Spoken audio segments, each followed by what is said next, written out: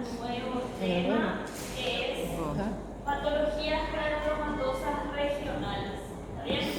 ¿Cuáles son las patologías granulomatosas regionales que desarrollaron con la doctora? Tuberculose, Tuberculosis, pues. lepra, ¿Qué más? ¿Quién da más? ¿Quién da más?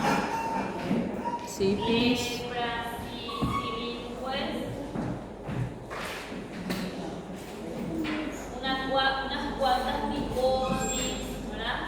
Entonces, esas patologías son las que nosotros, no todas, porque si voy a empezar a hablar de todas, lo mismo que estoy dando teoría, pero sí las características, vamos a decir, más importantes en la hora de reconocer una enfermedad. ¿Está bien? Pero su nombre ya da un spoiler de qué es lo que nosotros vamos a buscar en la mayoría de estas láminas. ¿Y qué vamos a buscar? Granulomas. ¿Y cómo se formaban estos granulomas? Primeramente, ¿por qué se forman estos granulomas? Por la presencia de antígenos.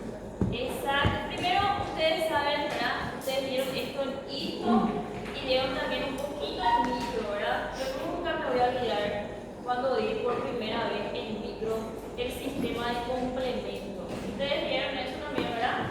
Que hay se forma un poro en la membrana de la bacteria para conseguir destruirla, ¿verdad? Y es todo un proceso. Bueno, primero se activa la inmunidad entonces innata, ¿verdad? ¿Qué es el sistema de complemento? ¿Qué es el sistema de complemento? ¿Qué es los linfocitos NK, que son los natural killer? ¿Está bien? Pero ¿qué pasa? ¿Qué pasa después? Nuestro sistema inmunológico no puede con ese agente infeccioso, ¿verdad? Y en la mayoría de las veces eso se debe a la respuesta inmunitaria del huésped, es decir, de la persona que está siendo infectada por el virus, bacteria, micosis, etc. ¿Está bien? Entonces, ¿qué se habilita? ¿Qué se activa después? La inmunidad. Exactamente. La inmunidad adaptativa o específica, ¿verdad? ¿Y quién es el responsable, la célula más importante en la respuesta adaptativa? Los linfocitos T, ¿verdad? Entre ellos el linfocito TCD4, TCD8 y todo, ¿verdad? Pero aquí vamos a hablar sobre todo del linfocito TCD4, ¿verdad? Entonces, ¿qué hace este linfocito TCD4? Tiene varios receptores, ¿verdad? Hay células presentadoras de antígeno, tiene varios receptores sobre su membrana y puede haber linfocito TCD4 TH1 y TH2. ¿Está bien? Cuando se activa más o cuando la respuesta inmunitaria es por parte de los linfocitos TCD4 TH2, no se puede contener la infección en granulomas, ¿verdad? Y a mí me gusta decir que los granulomas son como esas pokebolas de Pokémon, ¿verdad? ¿Se recuerdan? No sé si ustedes son muy jóvenes todavía, capaz Pokémon ya no vieron más, ¿verdad? Pero en Pokémon hay unas pokebolas, ¿está bien? Entonces, ¿qué intenta hacer la inmunidad TH1? Intenta reprimir ese agente infeccioso y lo introduce dentro de un granuloma. ¿Está bien? Y ahí va a poder, se desarrolla la enfermedad latente. ¿Qué quiere decir eso? Que ese paciente no va a tener signos y síntomas. Es como si fuera que está dormido dentro de su sistema inmunológico, está combatiendo a ese agente infeccioso dentro de su cuerpo y no desarrolla las formas, vamos a decir, graves de la enfermedad. Y en la otra sí se puede dar la forma diseminada de la patología. Bueno, entonces, eso es lo primero que ustedes tienen que entender, ¿verdad? Los granulomas se forman por una respuesta inmunológica del huésped, ¿verdad?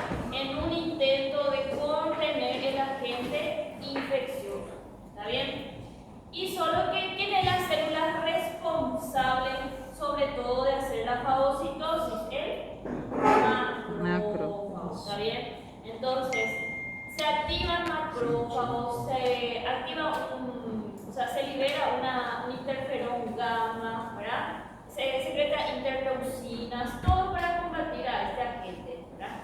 Y se forma ahí el famoso granuloma, ¿está bien? Entonces cuando tema de exámenes, los componentes del granuloma, ¿está bien? ¿Y cuáles son los componentes del granuloma? Vamos a formar acá, vamos a dibujar acá nuestro granuloma, mucha imaginación. Primero, ¿quién es el que se activa? El macrófago, ¿verdad? Y cuando este macrófago se activa, tiene otro nombre. ¿Cómo se llaman los macrófagos activados? ¿Alguien recuerda? ¿Doctor? No. Macrófago, ¿cómo se llama el macrófago del tejido conectivo?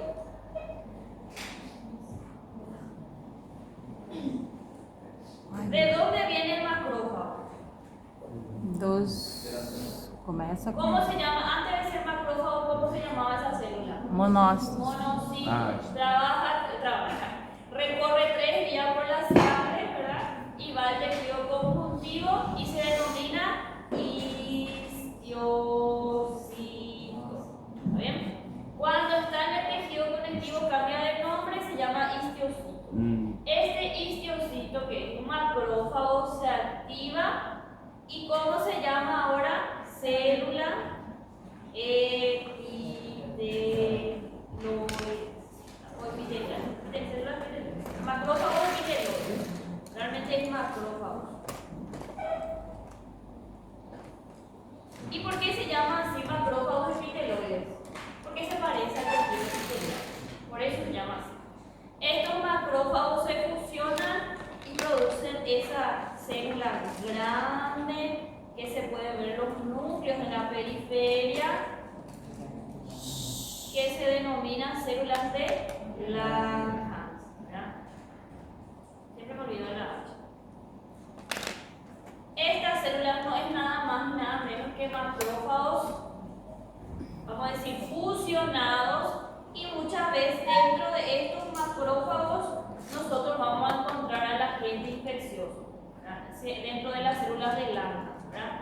Células de Langhans. Si me escuchan decir células de Langerhans, corríjanme, porque yo estoy acostumbrada a mastología, entonces quiero decir demasiado Langerhans, que es lo que se pone en el páncreas, es células de Langhans, ¿está bien?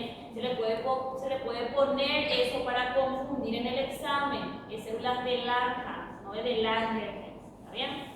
Entonces, tienen que atender, porque a veces da para la confusión esas cosas. Bueno, y después también se forma una corona de qué? De linfocitos, ¿verdad? Pero aquí hay solamente linfocitos y no. Hay linfocitos, hay células plasmáticas, hay macrófagos que todavía no se activaron. ¿Está bien? Y después se forma aquí esta cápsula, ¿verdad? Que está formada por tejido conjuntivo denso irregular. ¿Por qué? Porque ahí están los fibroblastos. Y ustedes ya saben, los fibroblastos son los encargados de producir ¿qué? Fibras. Eso voy a escribir acá. Fibroblastos. Aquí voy a escribir linfocitos. Célula gigante, también se lo puede conocer del tipo plasma. ¿Bien? ¿Qué me falta acá? No me falta nada. ¿Está bien? ¿Qué pasa? Muchas veces nosotros queremos encontrar esto. Queremos encontrar el granuloma con todos los componentes, ¿verdad? Pero muy difíciles.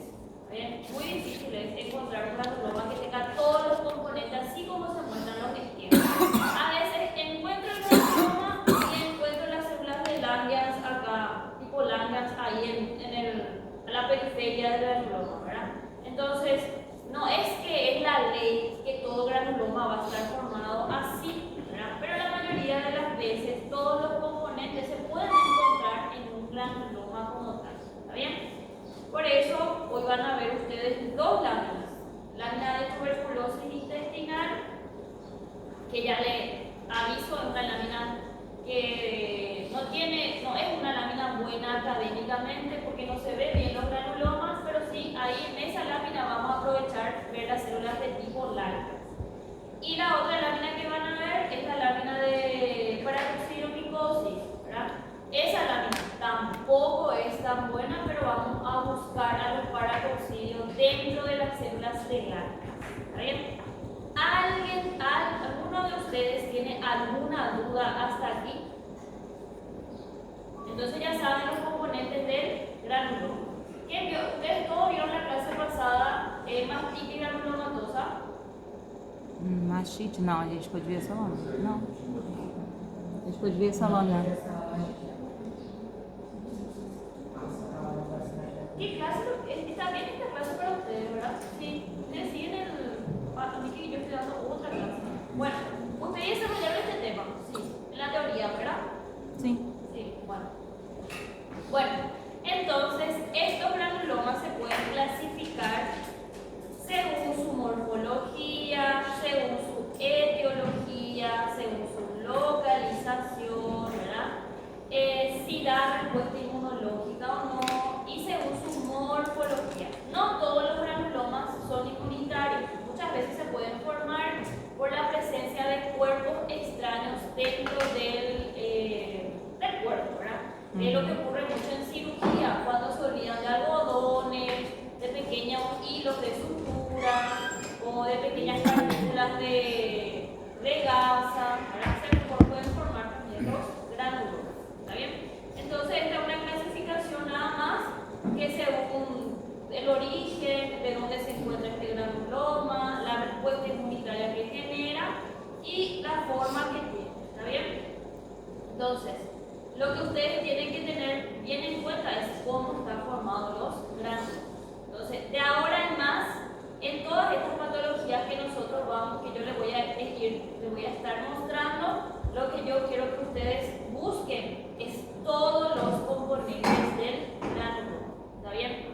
Y estos componentes son los que ustedes tienen que ir diferenciando en la lámina, ¿está bien? Ayer la doctora Karen nos informó en cómo va a ser el examen de ustedes, ¿está bien?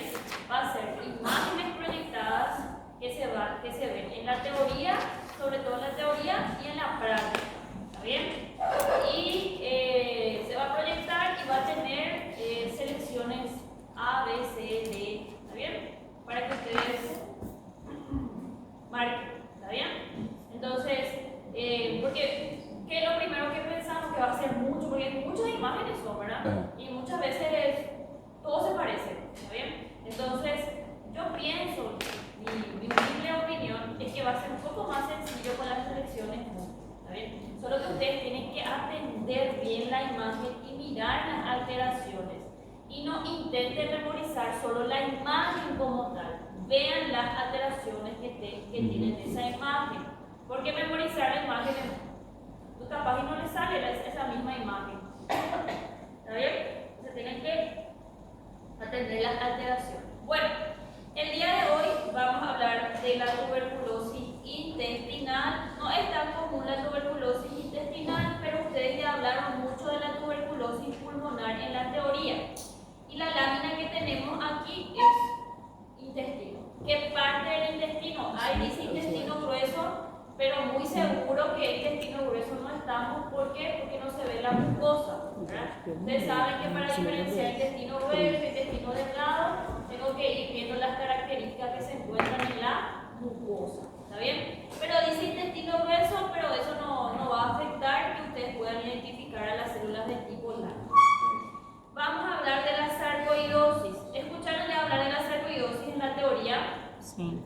Muy poco se habla de la sarcoidosis porque es una enfermedad incomún y solamente se piensa en esa patología cuando se hace diagnóstico de exclusión. ¿Qué quiere decir? Que yo primero voy a pensar en todo lo prevalente, tuberculosis, enfermedad por micosis, de cuerpo extraño, todos los demás, y por último voy a pensar en la sarcoidosis. ¿Y por qué? Porque no es muy común, no es muy prevalente, ¿está bien? Después vamos a hablar de la lepra tuberculoide. Yo creo que de la lepra vamos a volver a hablar más adelante, ¿verdad? Porque es una enfermedad relativamente común, ¿verdad? Aquí en Paraguay, así como en el Brasil. Es una enfermedad muy común todavía. ¿Y por qué? Porque las personas no le hacen caso a las lesiones que tienen en su piel. Muchas veces hay personas que nunca miraron su espalda y tienen una feroz lesión ahí que es sugestivo de varias, hasta lesiones cancerígenas, infecciosas y demás. Miocarditis chagásica, Brasil hace surtos de miocarditis, hace surtos de infecciones de Chagas. ¿Por qué? ¿Quién vive allá cerca del Amazonas, Pará y eso? ¿Qué consumen mucho esas personas? Açaí. Bueno, entonces, ¿qué pasa? No hay una correcta pasteurización de ese azaí. ¿Y qué pasa? Que hace el azaí, no sé si licua con todos los bichitos, ¿verdad? Y estos bichitos están llenos de amastigotes o probastigotes de Trypanosoma cruzi y la persona va y ingiere, ¿está bien? Entonces también puede producirse reacciones agudas de Chagas por eso, ¿verdad? Por la falta de pasteurización del azaí. Leishmaniasis, muy pero muy común, ¿verdad? Acá en Paraguay, justo estaba leyendo una noticia esta semana, hay 210 casos nuevos de leishmaniasis tegumental en Alto Paraná. Nossa. Es decir, solo en esta región, ¿verdad? Muito. ¿Y por qué hay muchos casos de leishmaniasis? ¿Quién es el reservorio sobre todo? Pero. Los perritos, ¿verdad? Y hay muchos perros de la calle también, ¿verdad? Entonces, perro de la calle es leishma positivo, es decir, lo más probable es que ese perrito esté infectado por el virus de leishmaniasis, ¿está bien? En Brasil no se usa el glucantine, por ejemplo, en los perritos. ¿Por qué? Es prohibido. La persona infectada de leishmaniasis sí se trata, ¿verdad? Solamente que es muy difícil su remisión. Pero el animal muchas veces tiene que hacerse eutanasia porque se considera un riesgo epidemiológico, ¿verdad? No van a haber muchas personas que le van a poder comprar el collar antimosquito o le van a poder tratar al perro porque es costoso el medicamento. Entonces muchas veces se recurre a la eutanasia con los animales en el Brasil. Acá en Paraguay no es prohibido. Acá si ustedes van a conseguir glucantine y van a poder inyectarle a sus perros, ¿verdad? Porque eso no se controla. Y otra enfermedad que vamos a hablar es la paracoccidiomicosis. ¿Ya escucharon alguna vez de la paracoccidio fuera de lo que es la facultad? Es también una enfermedad común. ¿En quién? Exactamente, en las personas que trabajan en el campo, ¿verdad? Personas que, labradores, personas que tienen mucho contacto con la tierra. También es muy común en ingenieros civiles. ¿Por qué? Porque ellos son los que hacen las carreteras allá bien lejos para llegar a las ciudades del interior. Entonces, mayormente se pueden infectar también porque es un hongo, ¿verdad? Y estos hongos es un hongo dimórfico, es decir, que se puede presentar en hifas en la tierra, pero cuando se presenta en hifas, que es como si fueran ramitas, también puede tener esporas. Y estas esporas, cuando vos vas y movés la tierra profunda, se liberan en el aire. Y esas esporas son lo que se inhalan. ¿Bien? Bueno, vamos a hablar de cada una de estas patologías. Primeramente vamos a hablar de la tuberculosis. Voy a hablar de la tuberculosis como tal, que es la más común, ¿verdad? Que es la pulmonar, ¿verdad? La tuberculosis pulmonar es común porque se encuentra todavía el virus de la tuberculosis en muchos lugares, sobre todo en lugares donde hay gran cantidad de personas, es decir, donde hay hacinamiento. A este bacilo se le conoce también un bacilo VAR. ¿Por qué se dice que es VAR? Que é ácido álcool resistente. Bacilo ácido alcohol resistente. ¿Qué quiere decir eso?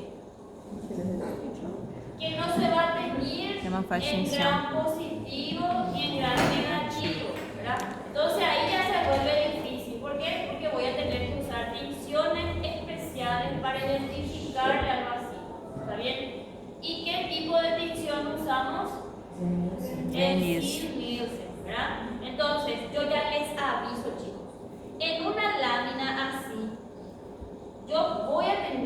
ser la atención especial para llegar al diagnóstico.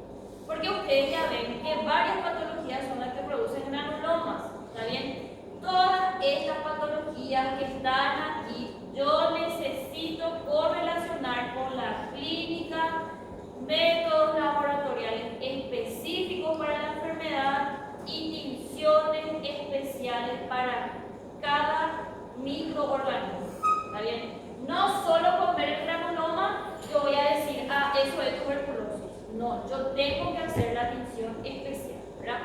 En Brasil cada vez hay más pruebas de, por ejemplo, de tuberculosis, ¿está bien? Ahora he visto que hay una prueba que se puede hacer hasta en la orina y se hace sobre todo con los pacientes que viven con el virus del VIH, con el virus del SIDA. Y eso es un avance, ¿verdad? Un avance. Acá en Paraguay no escuché todavía, pero en Brasil sí sé que hay. Entonces vamos a necesitar tinciones especiales, ¿verdad? La forma más común es la pulmonar, ¿verdad?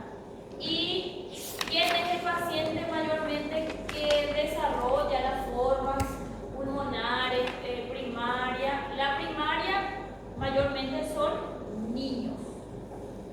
La secundaria mayormente ya son adultos.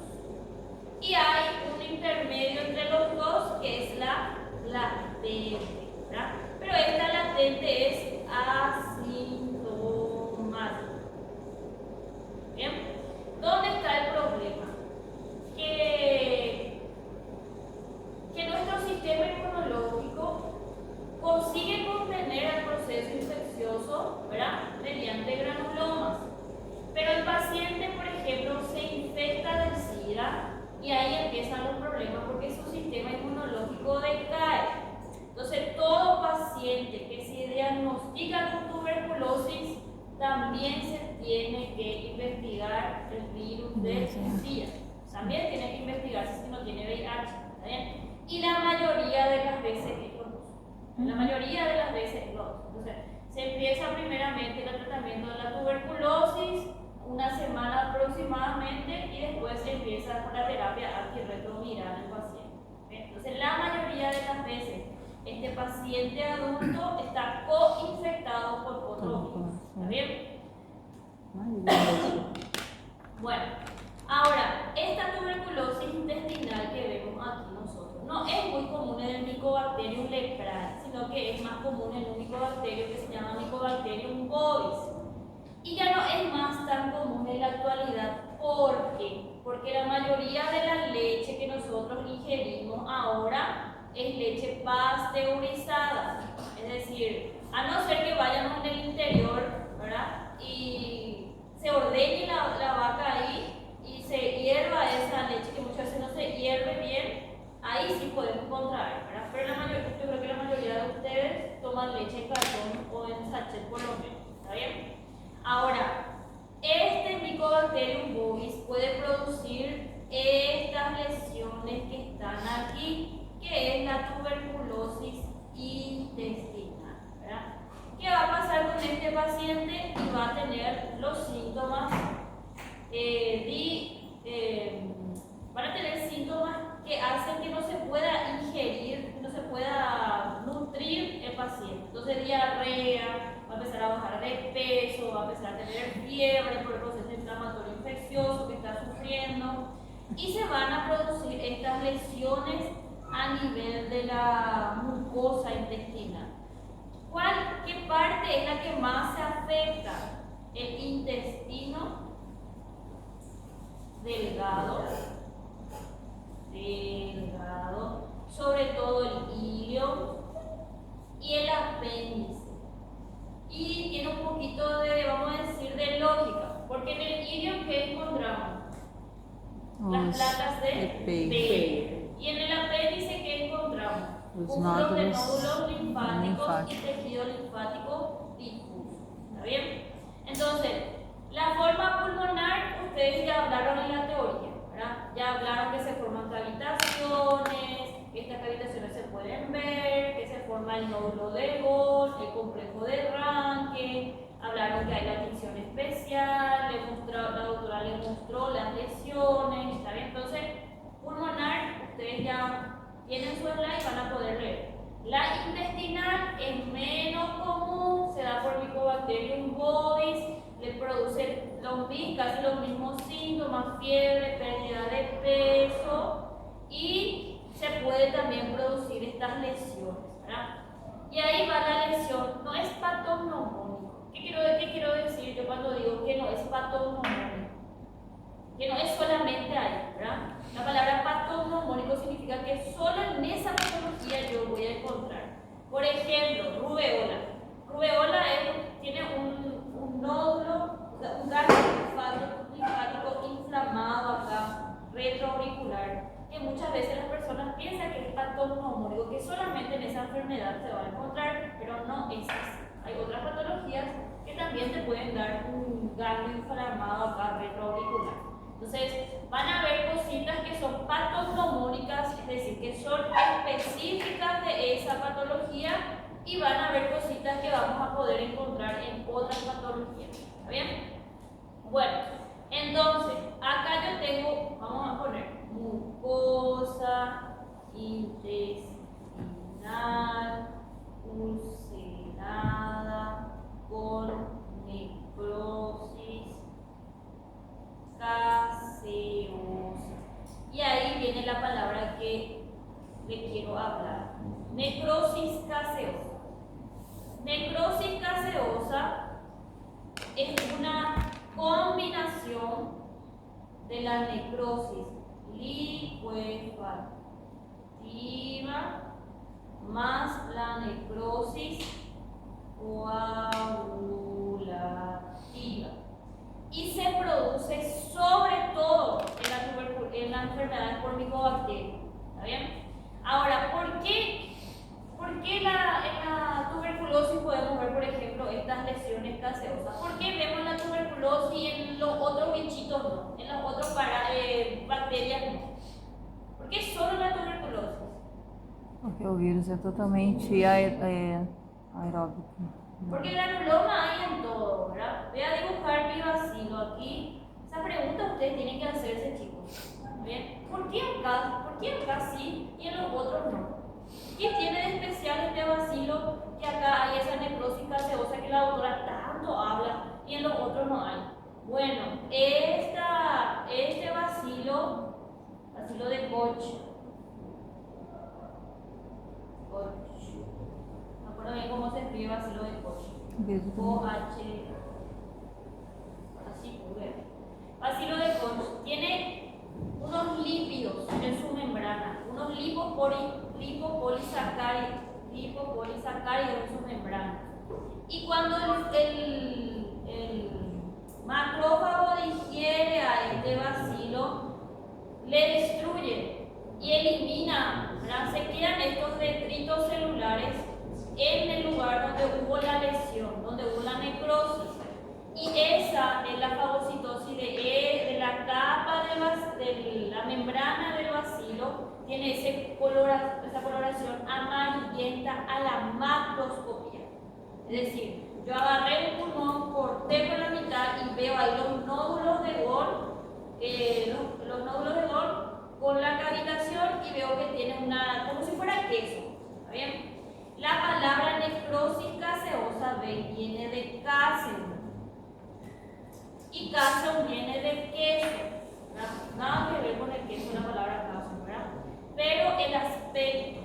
Ustedes seguramente alguna vez ya tuvieron amigdalitis, ¿verdad?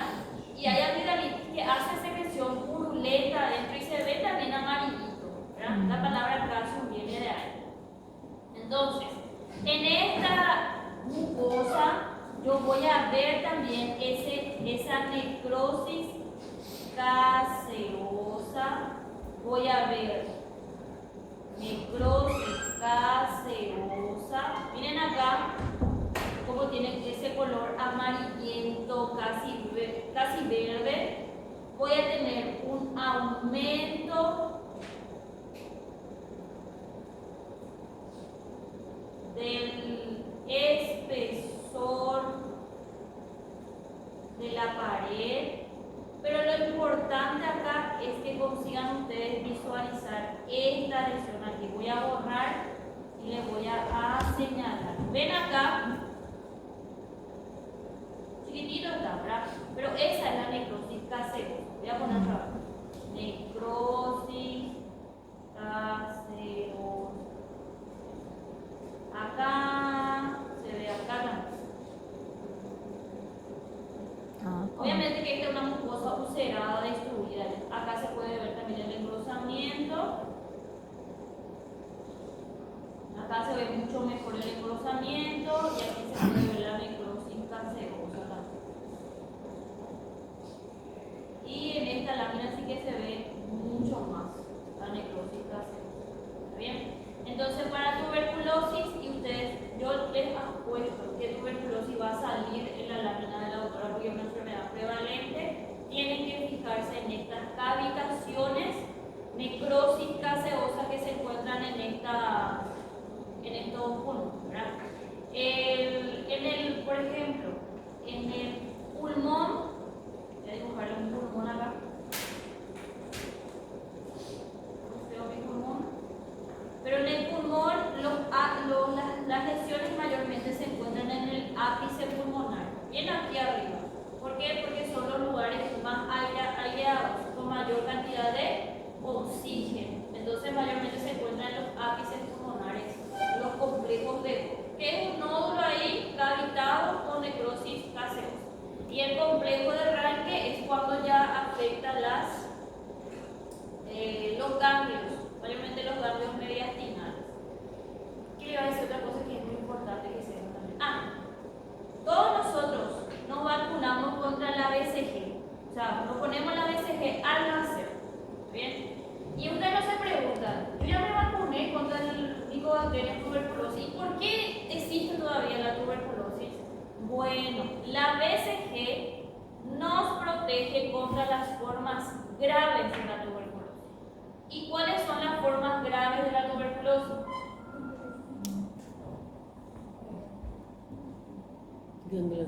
Tuberculosis miliar, súper bien. Y la meningotuberculosis, casi ya ni se escucha.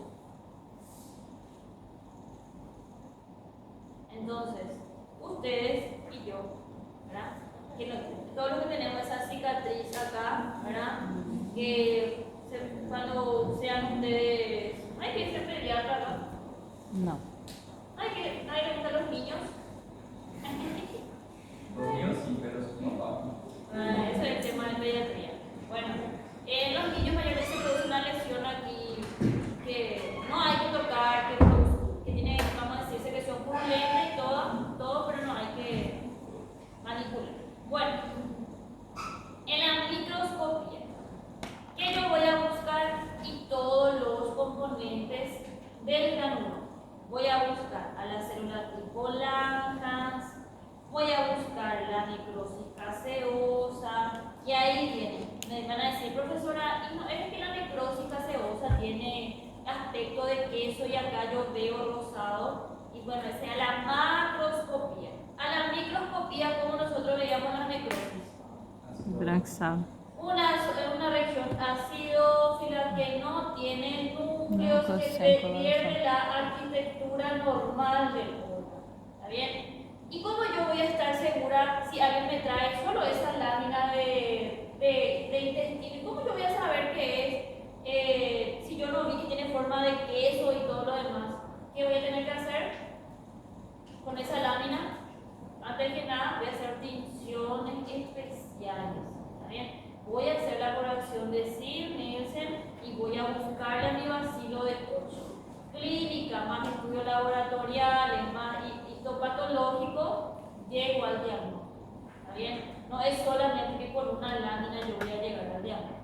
Bueno, aquí vemos la mucosa, aquí vemos, esta podría ser la muscular de la mucosa, y aquí adentro vemos la necrosis. Acá no se ve bien el infiltrado de linfocitos y las células epiteliales. Entonces no siempre voy a encontrar todos los componentes del granulo. ¿Está bien? Acá más de esta imagen, acá veo células del tipo Langhans. Acá veo un poco de la mucosa.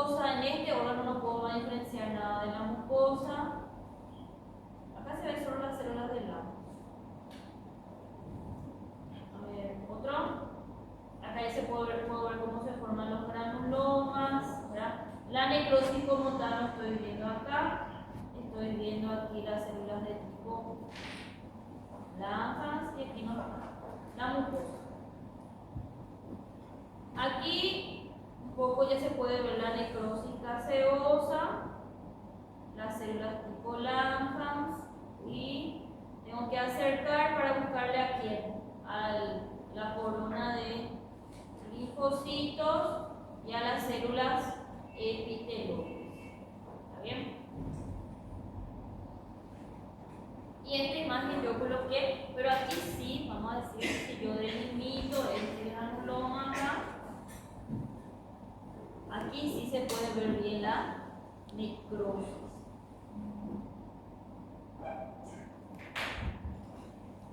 Las células tipo Langhans, vamos a dejar para la imaginación, esta que está acá se ve la corona de con el linfocito. Las células epiteloides que tienen que tener una imagen más de cerca, pero son en las láminas de mastitis granulomatosa que vieron la clase pasada, ahí se ven muy bien las células epiteloides, son bien válidas. Bueno, entonces, ¿cómo yo interpreto esta lámina? Estoy viendo una inflamación granulomatosa caseificante porque acá hay necrosis gaseosa, que tiene todos esos componentes que nosotros ya hablamos, que es sugestiva de infección por Mycobacterium tuberculosis. En este caso, en el intestinal, puede ser también Mycobacterium bovis. ¿Está bien? Se escribe así. Mycobacterium bovis. ¿Está bien? ¿Qué otra cosa le voy a decir? Y acá en esta parte, en los hallazgos morfológicos, solamente le menciona todas las cosas que nosotros vamos a encontrar. Proceso inflamatorio crónico granulomatoso que compromete la mucosa y la submucosa intestinal. Vamos a encontrar estos granulomas bien formados en algunos casos, en otros no. Vamos a encontrar estos macrófagos epiteloides, ¿verdad? O histocitos epiteloides. Las células gigantes multinucleadas de tipo Langhans. Vamos a encontrar la necrosis gaseosa, abundante linfocitos, es decir, la corona esa de linfocitos, con células plasmáticas. En este caso vemos engrosamiento de la pared, que está mucho más gruesa, que a eso se conoce como endarteritis. Ese engrosamiento de pared se conoce como endarteritis. Y estructuras glandulares conservadas. En algunos casos, en esa lámina que ustedes van a ver hoy de tuberculosis intestinal, la mucosa está destruida y la submucosa así también. ¿Ven? ¿Alguna duda con esta lámina? ¿No? Muchas veces, yo entiendo, a veces parece todo igual, Dios mío, que el doctor está hablando, ¿verdad? Pero van a tener que ir mirando láminas. Pongan tuberculosis intestinal, tuberculosis pulmonar en internet y muchísimos trabajos hay de tuberculosis, muchísimos artículos científicos. Bueno, ahora vamos a hablar de la sarcoidosis, ¿verdad? Ya le dije, la sarcoidosis es una patología de exclusión, forma también estas estructuras que son los granulomas, ¿verdad? ¿Qué órgano piensan que es este aquí? Pulmón, exactamente. Es una patología que tiene predilección por los ganglios linfáticos y también por el pulmón. Se cree que es una patología que es idiopática realmente, pero se piensa que hay una alteración del paciente en cuanto a la activación de los linfocitos TCD4. Y como hay esta variación de estos linfocitos, estos empiezan a formar granulomas. ¿Está bien? Es incomún y tiene una carga genética, es decir, que si en esa familia de sarcoidosis puede haber sarcoidosis. ¿Está bien? En esta lámina aquí vemos unos ganglios que están comprometidos por la sarcoidosis. Ganglios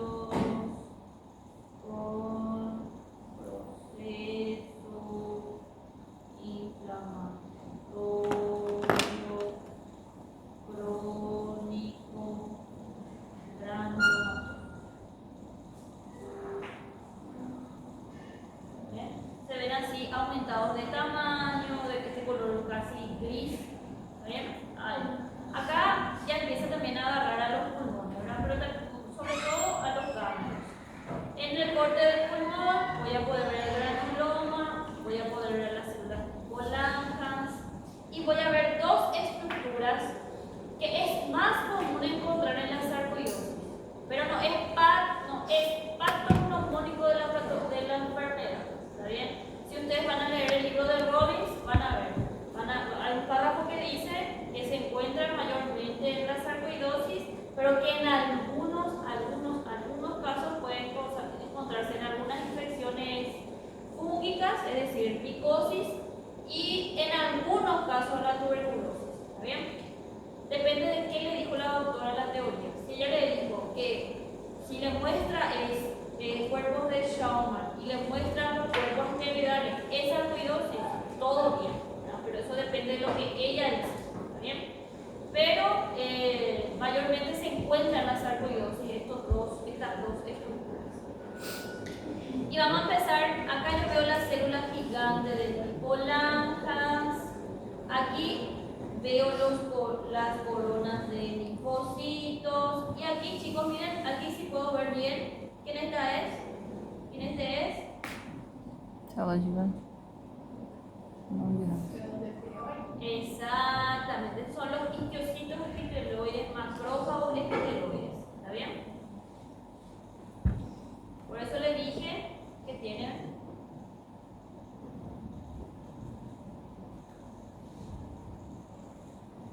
ese aspecto más claro, ¿verdad? El núcleo más claro. El libro dice el núcleo más claro por cromatina visible y densa. Ya van a saber ustedes cromatina decir. Entonces, eso es mucha imaginación ya. Bueno, la cromatina es este puntito que tiene ahí adentro la célula epitelial, pero a veces ni se ve también, pero es mucho más fácil. ¿Está bien? Bueno, ¿qué son los cuerpos de Schaumann? Body, cuerpos de Schaumann.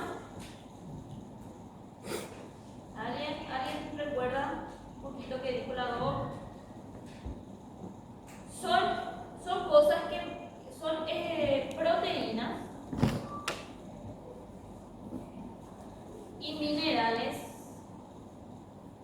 en este caso el calcio, que digieren estos macrófagos y forman estos cuerpos. No tienen ninguna función, se forman estos cuerpos y se puede ver al microscopio. Y a estos cuerpos se llaman cuerpos de Schaumann. Seguramente el que descubrió su apellido era Schaumann y le puso su nombre. ¿Está bien?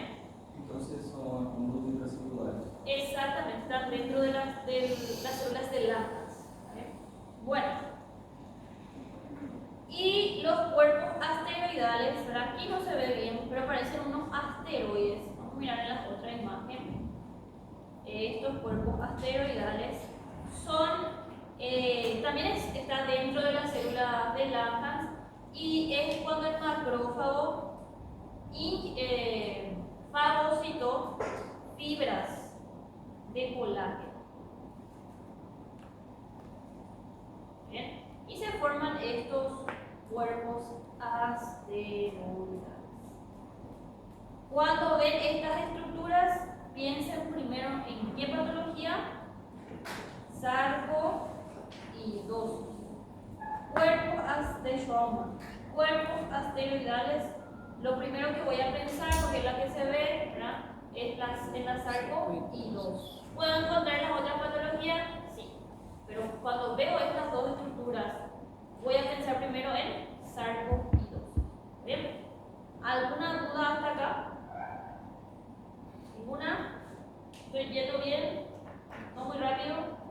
No. Avísenme. Bueno, entonces esta estructura que veo acá, ¿cómo se llama? Cuerpo de Schaumann. Esta estructura que veo acá, ¿quién es? Células gigantes tipo Langhans. Estas celulitas que veo aquí, ¿quiénes son? Linfocitos. Corona de linfocitos, pero puedo encontrar plasmocitos y macrófagos inactivados. Entonces, aquí vemos un proceso inflamatorio crónico granulomatoso. Vemos estos granulomas, con todo lo que ya les dije ya muchísimas veces. Aquí no hay necrosis gaseosa, ¿verdad? Porque no hay micobacterium como tal. Puedo ver las células gigantes multinucleadas, puedo ver los cuerpos de Schaumann y los cuerpos asteroidales. ¿Está bien? Ahí veo que es una inflamación crónica granulomatosa, no infecciosa, porque aquí no hay un agente infeccioso. Es una respuesta inmunológica inadecuada que forman estos granulomas y estos cuerpos de Schaumann que son sugestivos de la sarcoidosis. Yo realmente, chicos, muy poco leí sarcoidosis en esta, solamente que esta es la quinta vez por ahí, pero bueno, es una enfermedad prevalente. Y por muchos exámenes ya pasé, que quiere decir que muchas cosas las tuve que leer.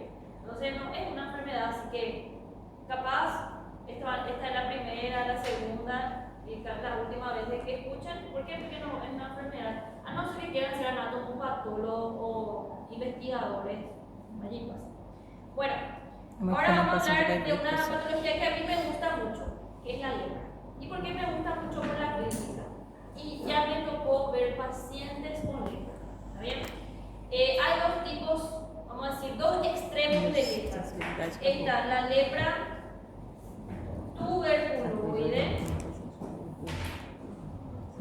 y está la lepra lepromatosa, o en Brasil se le dice wilsoniana, también se le dice. ¿Ven? Y dentro de los dos hay una lepra que es indeterminada, dimórfica, tiene un poco de lepromatosa y tiene un poco de wilsoniana y tuberculoide. Entonces están en medio, ¿verdad? La que vamos a hablar ahora es la lepra tuberculoide, porque la lepra tuberculoide es la que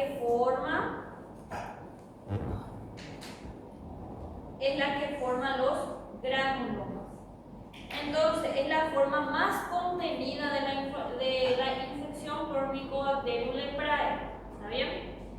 Se contagia por gotículas de aire, ¿verdad? Anteriormente, ¿verdad? Esta es una enfermedad que ya hay de la época de allá por la época de Antes de Jesus antes Cristo. de Cristo, ahí, ¿verdad? Entonces, siempre se tenía mucho miedo al lepromatoso, ¿verdad? Ya no se dice más enfermedad de lepra, se dice enfermedad de cáncer, ¿verdad? Cámbialo el nombre. Ustedes van a googlear y todos van a encontrar enfermedad de cáncer. ¿Por qué? Porque la palabra lepromatosa tiene, se agarra como despectivo, ¿verdad? La gente tiene mucho miedo a la lepra por las estigmas sociales que tiene, ¿está bien? Entonces ahora se le conoce como enfermedad de cáncer mayormente. Entonces, lo que nosotros vamos a ver a la macroscopía son estas placas, estas lesiones con hiperkeratosis,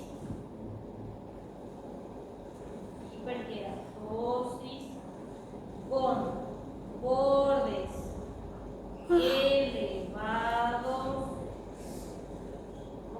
elevados, eritematosos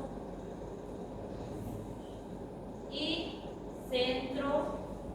¿Qué tiene el centro acá? Es pálido. Centro es pálido. Entonces vamos a poder ver aquí estas lesiones. ¿Está bien? Cuando yo era interna, siempre le voy a hablar de esto.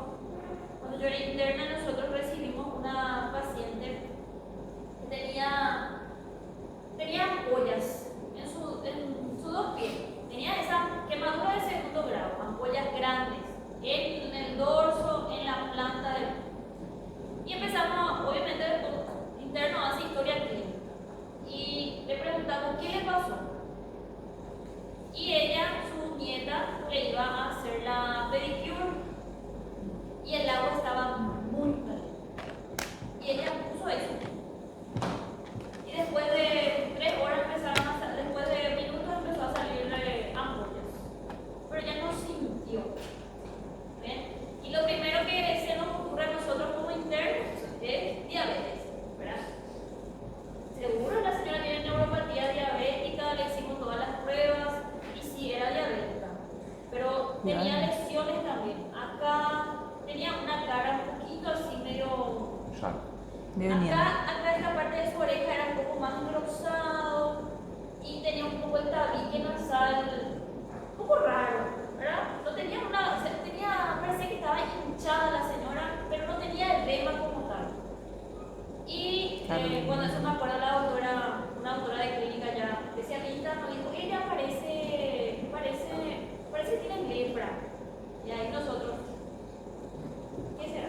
Bueno, empezamos a estudiar y todo, y se empezó a hacer todos los estudios pertinentes para ver si esa paciente tenía lepra. Y sí, tenía. Y vive a cuadras del hospital. ¿Bien? ¿Qué quiere decir? Que no hay que irse muy lejos para identificar este tipo de patologías. Y cuando una persona tiene lepra, hay que investigar el entorno también. Entonces, en ese caso, una de sus hijas también tenía lesiones a nivel de acá en la región de la espalda. Entonces, una enfermedad que no tiene mucha repercusión clínica hasta que ya es muy tarde, ¿verdad? La forma más, vamos a decir, más complicada, la necromatosa, porque es la diseminada. Esa ataca los nervios de forma simétrica. La tuberculoide es asimétrica. Puede infiltrar nervios, tejido conjuntivo, sí, pero mucho más lo hace la lepromatosa. ¿Bien? Entonces, lo que se hace con este tipo de lesiones es test de sensibilidad. Y cuando hacemos estos test de sensibilidad, el paciente no siente nada. Se hace con algo que se llama estesiómetro, que tiene una pequeña agujita, ¿verdad? Y vos le vas a decir, ¿sentís? ¿No sentís? Obviamente cierra su ojo. ¿Sentís? ¿No sentís? Le mentís también para ver si está sintiendo, si está mintiendo, y ahí se hace completa un protocolo o ficha en el cual se ve si es sugestivo o no. Pero para llegar al diagnóstico, ¿qué tenemos que hacer? Raspado de la lesión, ¿verdad? Y se hacen las tinciones especiales para la lepra, ¿verdad? Pero hay un test que se llama también test de Mitsuda. Se le inyecta al paciente un poquito de los antígenos a nivel acá del antebrazo y se espera unos minutos, 10 minutos aproximadamente. No me acuerdo cuál era, una hora después. Y se ve la reacción y se mide eso. Y de conforme la respuesta inmunológica que da ante ese antígeno que se puso ahí, se diagnostica también. Pero lo ideal es verle al vacío, al lepra como tal. Bueno, entonces vamos a encontrar sobre todo en láminas D y E. ¿Y qué vamos a encontrar? Los gránulos. Es decir, vamos a encontrar células epiteloides, células tipo Langhans, vamos a encontrar, acá se ven, células del tipo Langhans. Vamos a encontrar la corona de linfocitos, ¿verdad? Hay un cierto edema y vamos a encontrar hiperkeratosis, que es, acá no se ve tan bien la hiperkeratosis, pero es el aumento del estrato córneo de ese paciente, del estrato córneo, de la capa de queratina, ¿está bien? Y en algunos casos podemos encontrar acantosis también. ¿Y qué es la acantosis? El aumento del espesor de la epidermis, más capitas de células en la epidermis. Entonces, podemos encontrar hiperkeratosis, acantosis y los granulomas comunes. Obviamente que para el diagnóstico tengo que hacer tinciones especiales. Yo una vez me hice la prueba de lepra y me sacaron la linfa de acá de la oreja. Es la cosa más dolorosa de la vida. Te corta acá un poquito para hacer la muestra y tenía 7 años por ahí.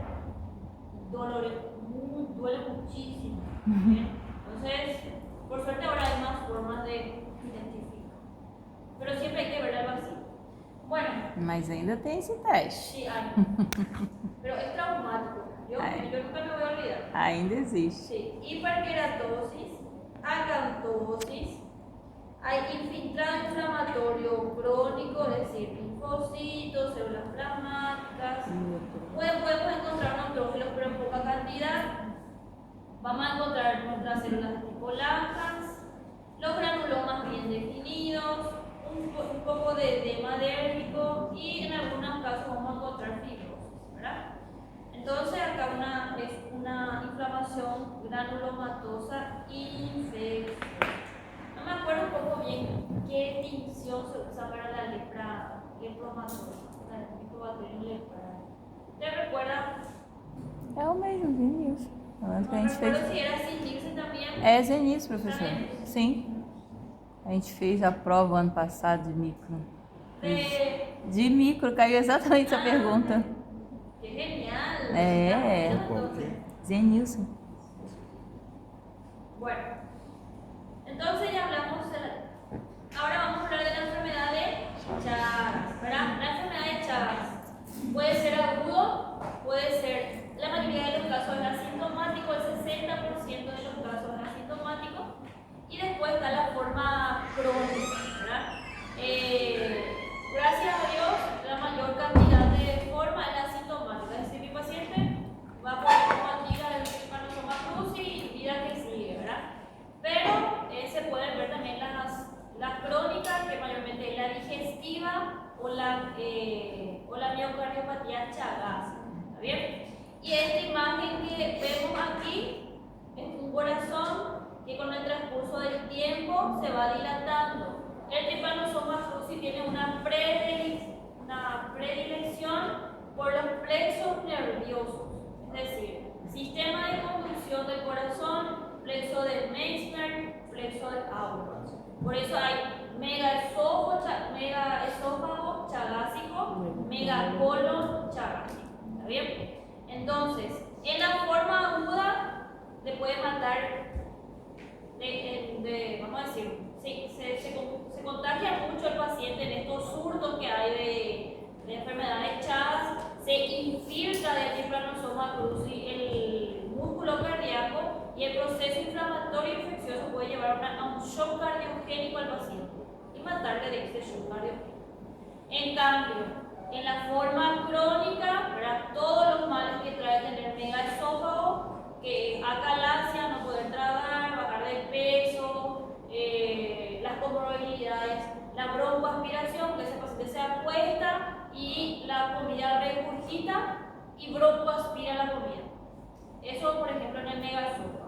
Y en el megacolon es un colon que está dilatadísimo y se puede volvular, decimos nosotros. Se rueda sobre su eje, ¿verdad? Y se forma una obstrucción intestinal. Y hay que, cuando es vólvulo, mayormente hay que hacer hemicolectomía, colostomía, no es tan fácil hacerla.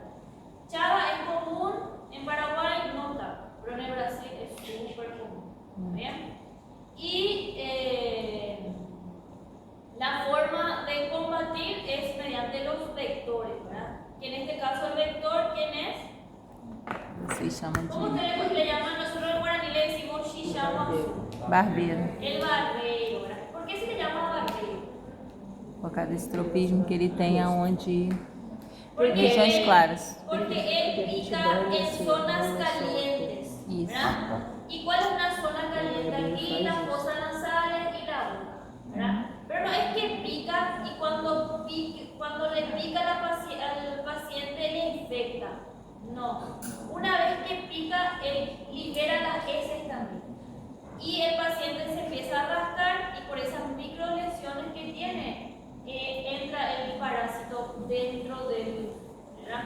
Hay varias formas, está el epimastigote, tipo mastigote, ¿verdad? Tipo mastigote, amastigote, ¿verdad? El amastigote es el que nos importa a nosotros. ¿Por qué? Porque la forma amastigote es la que nosotros le vamos a buscar en las láminas.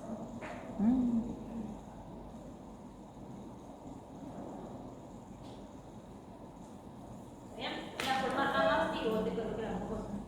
Cuando es miocardiopatía chagásica, cuando el corazón está dilatado y es crónico, ¿verdad? Obviamente que ese corazón va a hacer todos los síntomas de una insuficiencia cardíaca porque no va a poder contraerse,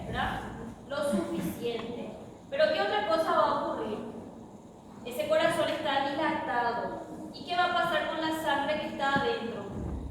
Se va a extasiar, se va a retener ahí. Y esto va a formar ¿qué? Trombos. Y estos trombos pueden parar en el cerebro, pueden parar en alguna parte del sistema, en las arterias pulmonares, tromboembolia pulmonar, ¿verdad? Y eso son las patologías que mayormente le matan al paciente. ¿Está bien? Bueno, entonces aquí en esta imagen ustedes ven cómo se va dilatando este corazón, ¿verdad? A la microscopía óptica, lo que nosotros vamos a buscar son estos amastigotes, ¿verdad? El libro le dice quiste de amastigote. ¿En dónde le vamos a encontrar estos quistes de amastigotes?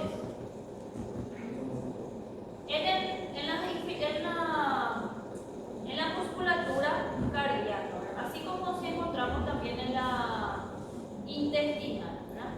Vamos a ver acá vemos un músculo estriado, el músculo del miocardiocito y el núcleo del miocardiocito. Acá se puede ver también el núcleo, miocardiocito, también, y aquí se puede ver. Acá dice el niño, pero es un quiste de amastigote, lleno de amastigote. En las formas agudas mayormente se ven los granulomas, en las formas ya crónicas casi no se ven. ¿Está bien? Bueno, aquí podemos ver más de estos quistes de amastigote. Y que es común en pacientes que vienen en estas casas de paja, pavo a pique, como ustedes le dicen, y en personas que ingieren mucho azaí que no está correctamente saneado. Bueno, entonces aquí vemos el proceso inflamatorio crónico, linfocitos, macrófagos, ¿verdad? Células epiteloides, células de Langhans. Estos granulomas no están bien definidos y podemos encontrar degeneración, necrosis de miocardiocitos y sobre todo lo que me importa acá que ustedes sepan es que podemos encontrar presencia de nidos o de quistes de amastigotes dentro de las fibras cardíacas, por ejemplo, en este caso. Entonces, el diagnóstico aquí es inflamación granulomatosa inmunomediada con daño tisular progresivo, que es sugestivo a miocarditis Chagas. Hay tratamiento de Chagas, si lo hay, es bien extenso el trazodonidazol es el tratamiento de Chagas. Pero es mucho tiempo hay que ir tomando ese tratamiento. Bueno, ahora vamos a hablar de la leishmaniasis. Esta leishmaniasis que vemos aquí es la leishmaniasis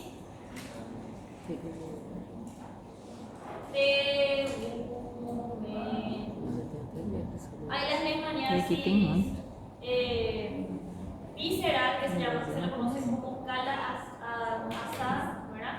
Está la cutánea difusa, ¿verdad? Pero esta que vemos aquí es la tegumentar difusa, ¿verdad? Se produce por la picadura de un flebótomo, es decir, un mosquito, ¿verdad? Primero se produce una pápula y después esta pápula se ulcera y da esta lesión característica. En algunos casos es indolora, pero también en algunas literaturas dice que puede ser dolorosa. Se forma esta lesión ulcerada con bordes elevados y eritematosos con fondo granuloso. Y en este caso podemos ver un poquito de una inflamación supurativa, en este caso, ¿verdad? Pero en algunos casos puede ser limpio, en algunos casos puede estar sucio, se dice, ¿verdad? Entonces esta es la lesión característica de leishmaniasis.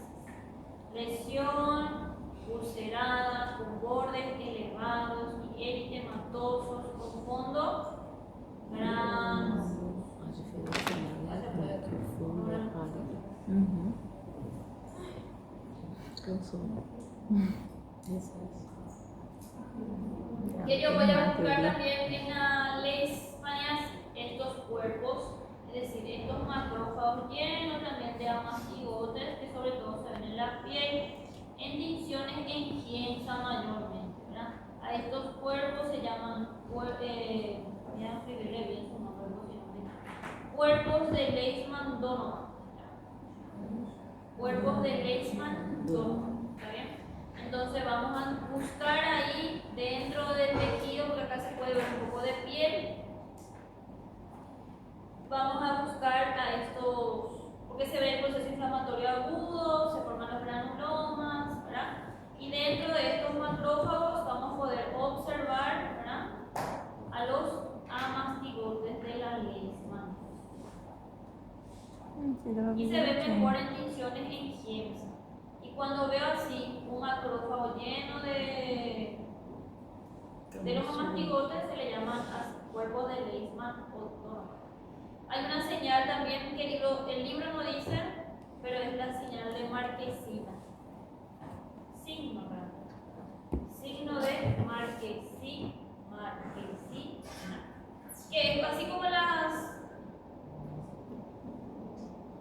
los carteles de Las Vegas, que tiene lleno de luces, pero en este caso no son luces, que son amastigotes, ¿verdad?, dentro de la célula.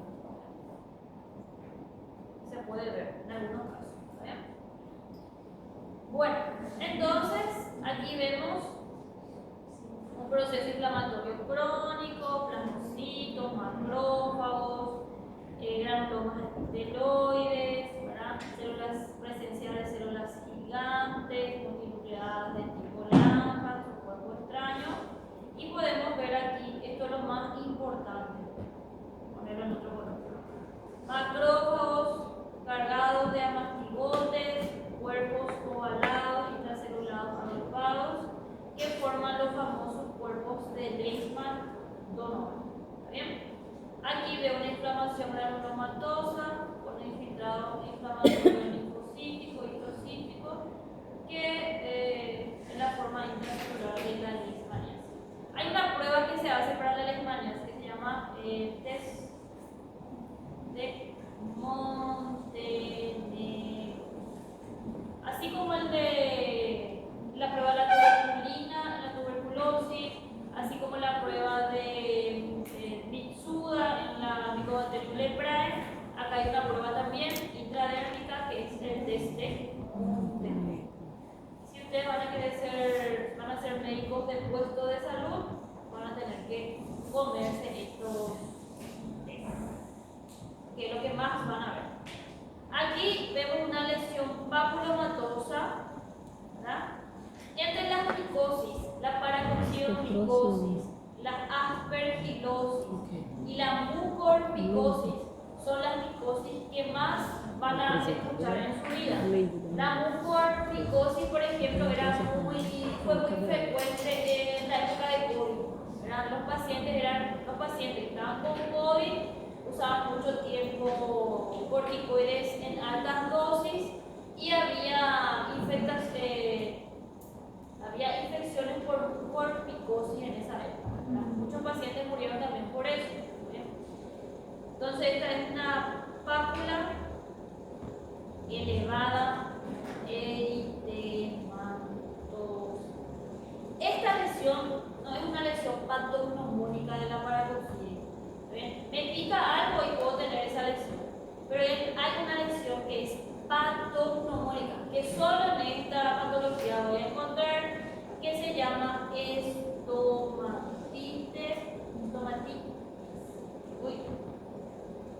estomatitis moriforme de Aguiar U. ¿Y por qué estomatitis? Porque mayormente las encías de la mucosa bucal se inflama y se infiltra esta mucosa por el proceso inflamatorio. ¿Y por qué moriforme? Porque tiene forma de mora. Busquen en internet estomatitis moriforme de Aguiar U y van a ver. Y tiene unos pequeños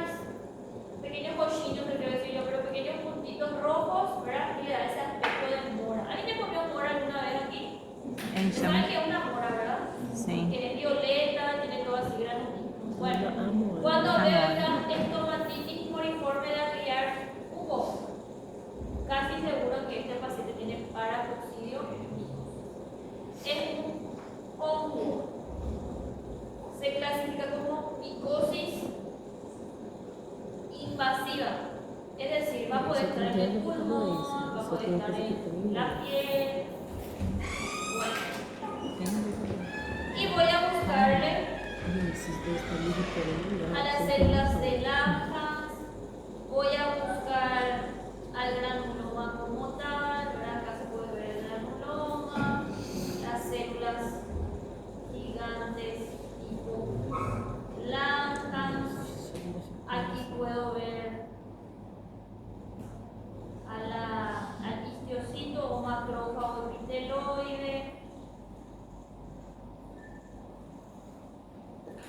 Acá puedo ver a la corona de linfocitos. Aquí lo mismo. Acá puedo ver las células de Langhans, a las células epiteloides, al proceso inflamatorio crónico. Acá puedo ver fibroblastos. Todos los componentes del granuloma. Ahora, ¿qué va a tener de diferente este granuloma? Que dentro de las células gigantes tipo Langhans le voy a buscar a mi honguito, ¿verdad? Por mucha imaginación. Le voy a buscar el hongo, el paracoccidio, ¿verdad? Es un hongo dimórfico que puede estar en la tierra en forma de hifas y puede formarse también en forma de levadura. Y cuando es en forma de levadura, tiene estas estructuras que se denominan esporas o artroponidios. Esporas o artroponidios. Y estos son lo que el honguito va liberando para que se vayan infectando, se vayan propagando. ¿Está bien?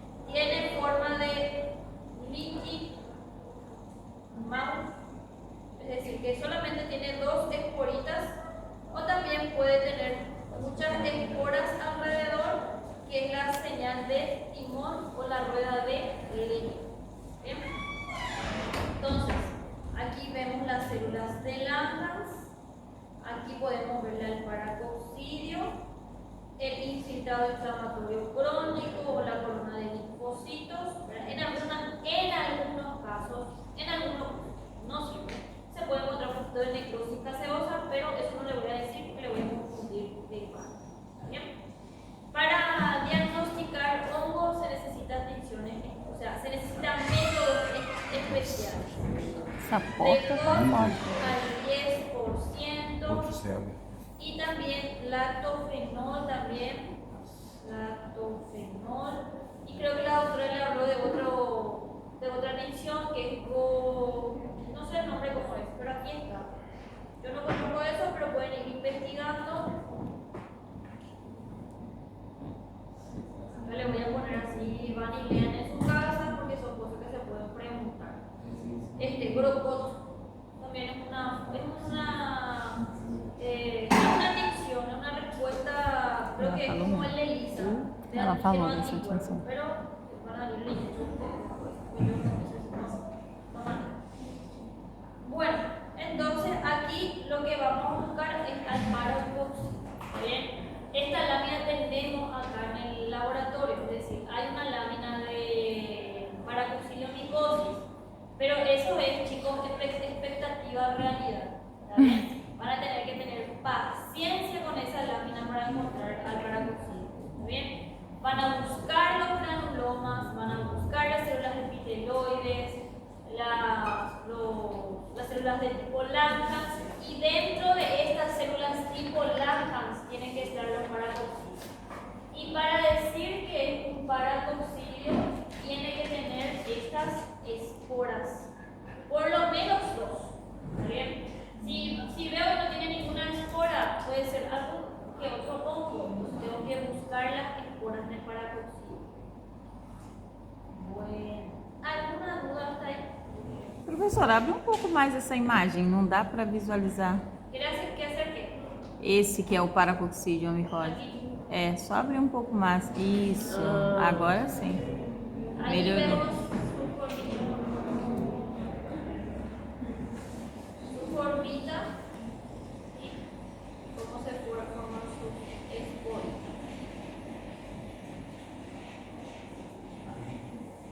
Sim. Obrigada. Bueno, entonces, aquí vemos proceso inflamatorio crónico, podemos ver células multinucleadas tipo Langhans, podemos ver la presencia del hongo, que tiene varias células gigantes, que tienen esta forma de rueda de timón o timón de barco, y en algunos casos se puede encontrar necrosis gaseosa. En esta lámina no hay, en otra lámina tampoco no hay, entonces no ocurre. O algún componente supurativo, es decir, neutro. Entonces aquí estamos viendo un proceso inflamatorio granulomatoso supurativo, con la presencia de hongos dimórficos compatibles con paracocidio mixto. Muy común el paracocidio en el Brasil. Ya les digo, van a tener que estudiar tarde o temprano esta patología. Porque hay muchas personas que trabajan en el interior con la tierra. Bueno, ¿alguna duda o pregunta? Ya saben todo. Eso que sale toda la hora, seguro saben más. Una cosa le voy a pedir, chicos, que mientras yo esté viendo la clase, respeten eso. No salgan y entren toda la hora. Algunos sí, son las personas que ya hablé que tienen algunos problemas, les entiendo. Pero algunos que se le ven muy sanos y entre dos, dudo que se vayan